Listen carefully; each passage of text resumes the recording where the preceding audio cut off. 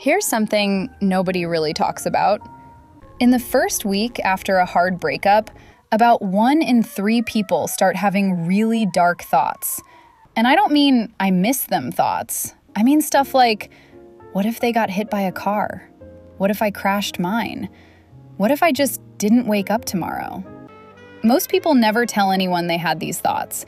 They're too embarrassed. They think something is seriously wrong with them. But nothing is wrong with you. Your brain may just be doing what human brains often do after losing someone you loved.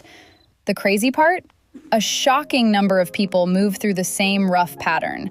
Not perfectly, not on the same timeline, but close enough that it starts to feel like there's a hidden program running in the background, and we're all running it. This is Wired Like This. Today, we're walking through what tends to happen after a hard breakup, start to finish. So the next time you or someone you love goes through one, you'll have a map for what's coming. It starts the second you find out. Maybe they sat you down and said, "We need to talk." Maybe you read a text you weren't supposed to see. Maybe they just stopped replying.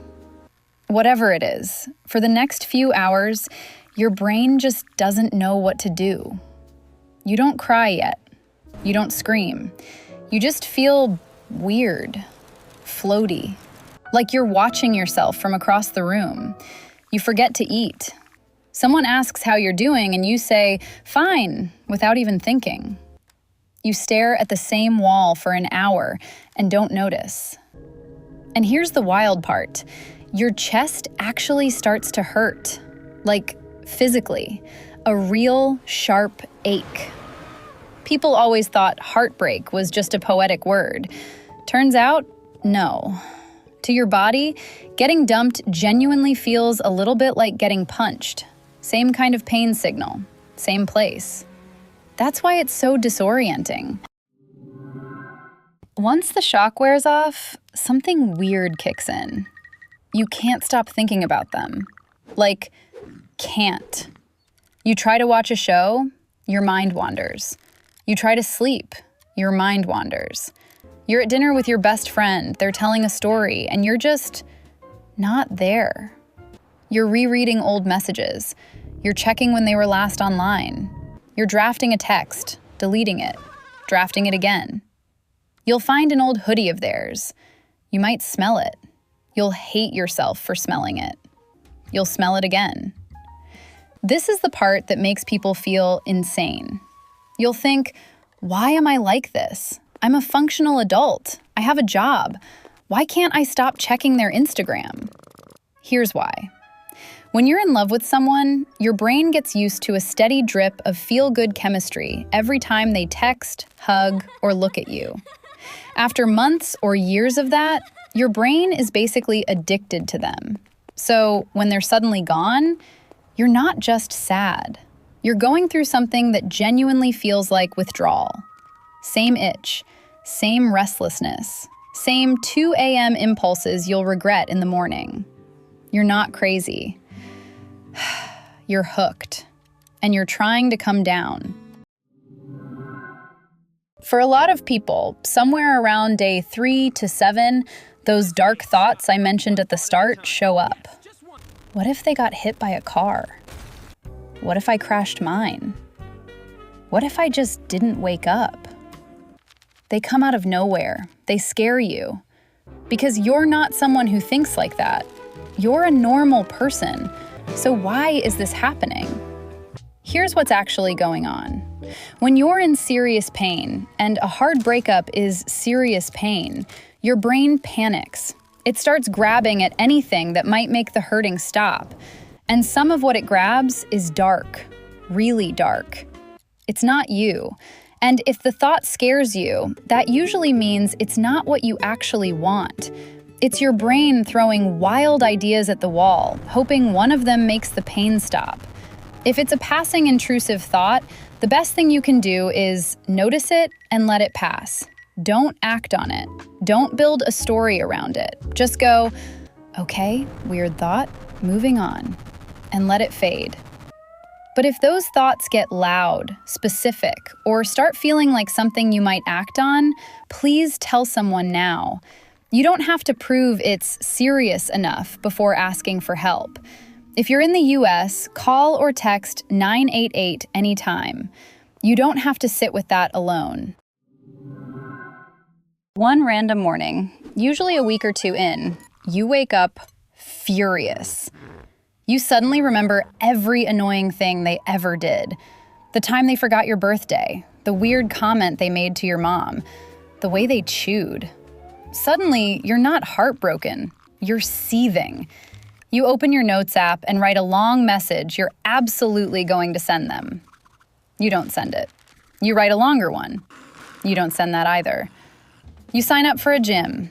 You get a haircut. You buy clothes you can't afford. You decide you're going to glow up so hard they'll regret everything. But underneath the rage, there's this tiny voice going, maybe I should just send one message, just to see how they're doing. Just one.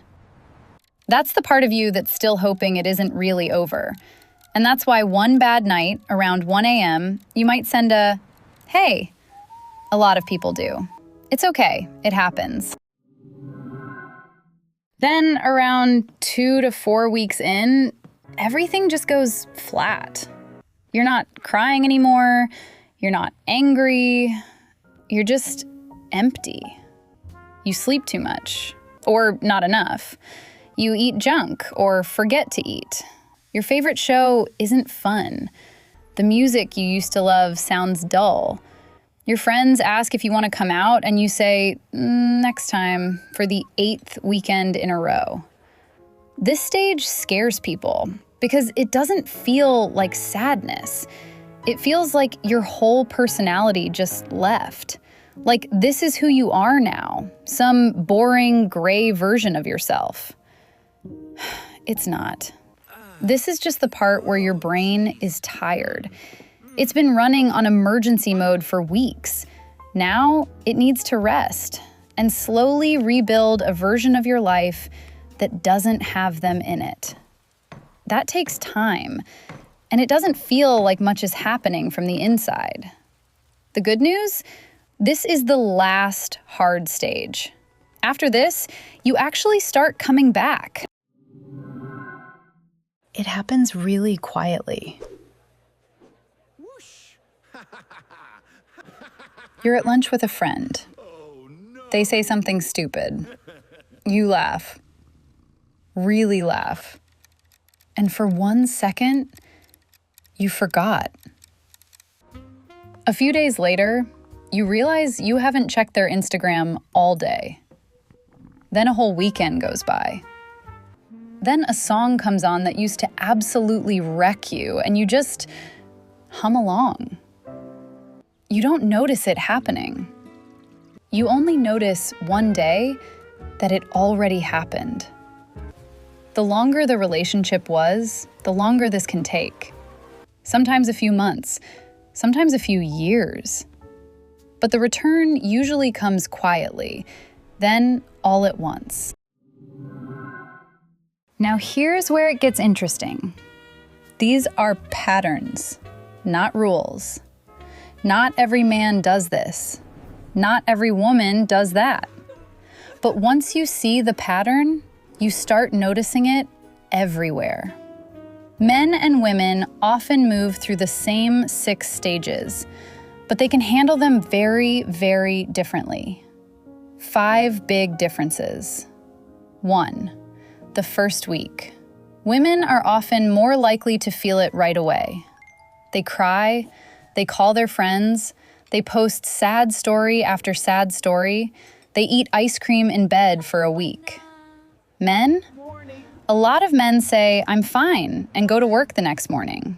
That I'm fine is often a lie. They just haven't figured out how to feel it yet. 2, the delay. Because a lot of women feel it immediately, they start healing immediately. Some are genuinely moving on by month 2. Men can keep being fine for weeks. They throw themselves into work, gym, hookups, anything that isn't sitting still. And then one random Tuesday at 3 a.m., it hits them like a truck. Sometimes 3 months after the breakup. Around the same time, their ex is on a yoga retreat in Bali, completely over it. 3. Who they talk to. A lot of women have a whole support system. Best friend, sister, mom, work friend, that one cousin, a group chat from college. They've got 10 people they can call. A lot of men only really open up to one person, and that person was usually their girlfriend. So when she leaves, the only person they'd want to talk to about losing her is her. So they don't talk about it. They just keep it inside.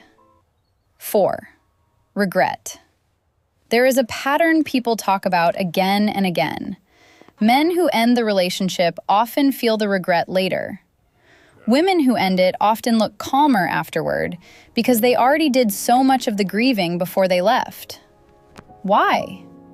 Because women often think about leaving for a long time before they actually do it. By the time she ends it, she's already done a lot of the emotional work. Guys can end things in a moment of frustration and only realize what they had a few weeks later, when the dating apps turn out to be a graveyard. 5. The long game. This one's the saddest. Women often hurt more in the moment, but they tend to heal cleaner. Men can look like they hurt less in the moment, but the pain can stay buried way longer, sometimes for years, especially after long relationships. The reason is simple. A lot of men were taught from a young age that crying is weak, that talking about feelings is weird.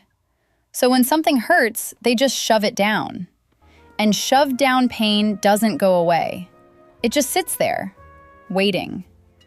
If you're a guy watching this, please talk to someone, anyone, a friend, a brother, a therapist, a stranger on the internet. Talking is the single biggest thing that actually helps. So if you're watching this in bed right now, snacks on your chest, rereading their old messages for the 47th time, breathe. You are not broken. You're not pathetic. You're not too much. You're a human going through one of the hardest things humans go through. And you're moving through a pattern people have been stumbling through forever. The phone checking, the smelling of the hoodie, the dark 3 a.m. thoughts, the random anger, the days you couldn't get out of bed. Every weird, embarrassing piece of it, more common than people admit. That's just how this works. The fact that it hurts this much just means you loved that hard. That's not a bad thing. That's a good thing. And one day, sooner than you think, you're going to wake up and realize it doesn't hurt anymore. You'll just be you again. Maybe a little wiser. Definitely a little stronger. One last thing. If those dark thoughts I mentioned earlier are sticking around, please don't sit with them alone. The 988 Suicide Lifeline is free, confidential, and available 24/7 in the US. Call or text 988 or chat at 988lifeline.org. You matter. This is temporary, and you don't have to go through it by yourself. If this helped, hit like, hit subscribe, and drop a comment telling me how you're feeling today. Until then, you're wired like this. And that's not a flaw. That's just being human.